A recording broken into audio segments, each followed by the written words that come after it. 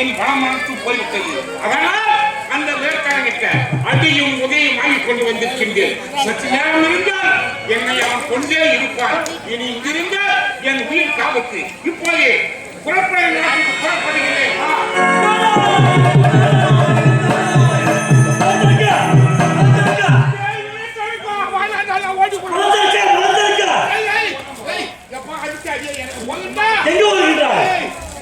ஒரு பெண்ணாக வந்தாயா உனக்கு ஒரு புள்ள கொடுத்தேன். வந்தாயா என்ன அடியோ தண்டமா அடிச்ச.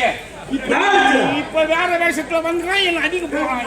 நான் இப்படியே நடந்து போயிருந்தேன்.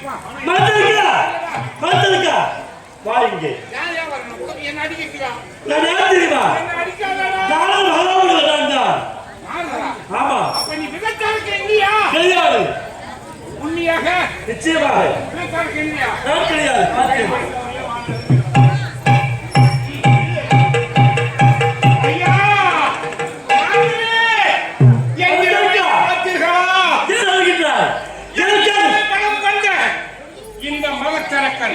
மகனாவில் வளர்த்தரக்கன் நான் என்ன செய்வேன்? இப்போ எங்க நிற்கின்றேன் தெரியுமா? அனாதையாக நிற்கின்றேன். தெரியுமா?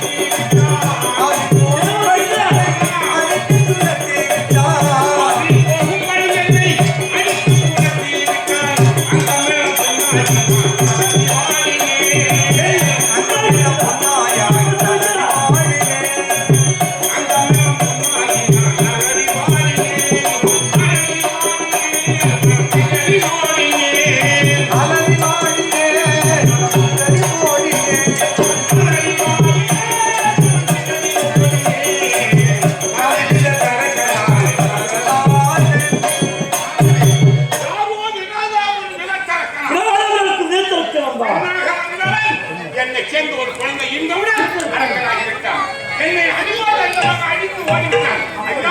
நான் செத்தால் பெற்றால் போதும் என்று ஓடி வந்துவிட்டேன். அவன் அடி வாங்க நான் அடி வாங்க போது எனக்கு வேலை போகும்.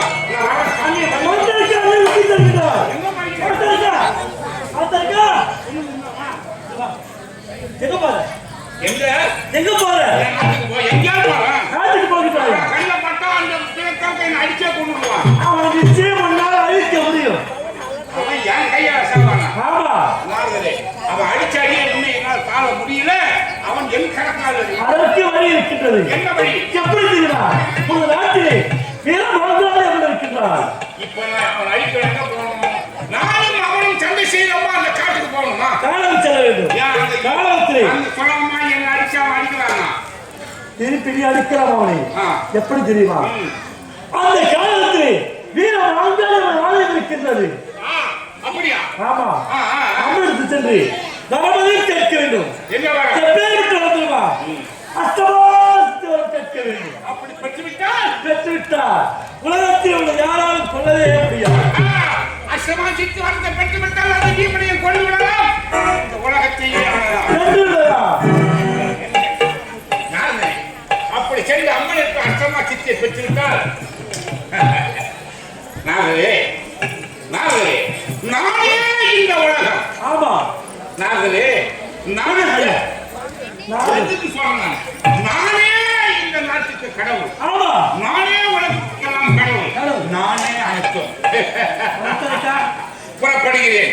அம்மனை பார்க்கின்றேன். பாரமாகி கொண்டு என்ன நடக்கிறது பிற்கொண்டு பார்க்கலாம்.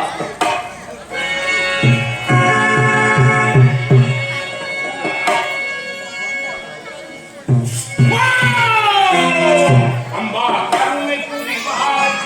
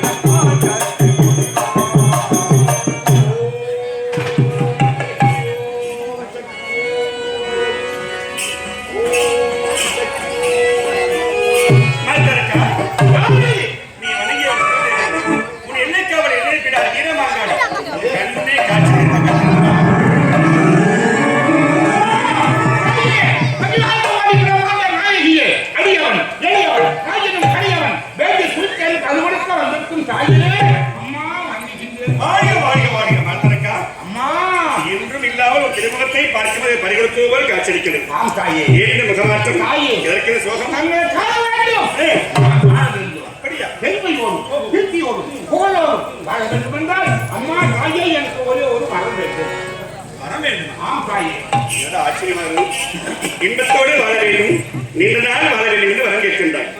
ஏன் வரத்தின் உனக்கு அவ்வளவு மகிமை ஒரு அடிபட்டு உதைப்பட்டு இப்ப நடுத்தெருவில் நிற்கின்றேன். ஓஹோ, பலம் புண்ணிவித்தால் ஆபத்து வந்தால் உயிர் போய்விடும். அதனால் தாயே, என் குலதேவதையே, நான் கேட்கும் வரம் கேட்கின்றேன். பரவாயில்லை, உனக்கு யாது வர வேண்டும்? தாயே, நான் அப்படி வரமோடு வாழ வேண்டும் என்றால்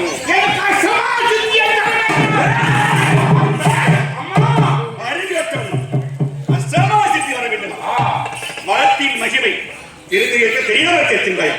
ஒரு காலம் அவ்வாரம் கொடுக்க முடியாது. வேறுவரம் கேட்கிறேன். அஷ்டமாசித்தியை கொடுத்து என்னோ நீங்கள் ஐக்கியமாக வேண்டும். அந்த வரத்தை கொடுக்க முடியுமா? முடியாது. அப்படி கொடுக்கவில்லை தாயே, தங்கள் பாதத்திலே என் உயிரை வைத்துக் கொள்ள. கொடுத்தால் வரம் கொடு, இல்லை என்றால் இந்த உயிரை நீ எடுத்துவிடு சாக துணைகின்றாய். அப்படி என்றால் உன் உயிரை விட நீ கேட்கும் அந்த வரம் தான் உனக்கு பெரிதாக. அந்த வரத்தின் மகிமை உனக்கு தெரியுமா? தெரியாது. சொல்லியிருக்கிறேன். அஷ்டமா சித்திரத்தின் மகிமை அகில உலகமும் உனக்கு அடக்கும். ஏன் மும்மூர்த்தி தேவர்கள், என் கணவர் ஈசன், என்னுடைய அண்ணன் வெகுவாசன் எம்பெருமான் சீமன் நாராயணன், படைக்கும் கர்த்தன் பிரமதேவன், மூவரும் உனக்கு அறிவு. 33 தேவரும் சுருக்கமாக சொல்லப்படாது. முப்பெரும் தேவியரும் எல்லாமே அடக்கம். வரம் கொடுக்கப்படும் இளமாங்காலேயே அடக்கமாக வேண்டும். அதுதான் வரத்தின் மகிமை. அப்படி ஒரு அர்த்தத்தை நீ கேட்க எப்படி கொடுக்க முடியும்? என்றால் நீ வாழா சாக வரம் கேளு, எப்படி உயிர் கொடுக்கும் கேளு. அஷ்டமாசித்தி கேட்கின்றாய். என் ஆசையும் அதுதான். எப்போது நீ சாக துணிந்தாய் வரத்தை கொடுக்க இருக்க முடியாது. நீ கேட்டாய் அஷ்டமா சித்தி வரம். இப்போது அன்பாளத்தின் கேட்டுக்கொள்.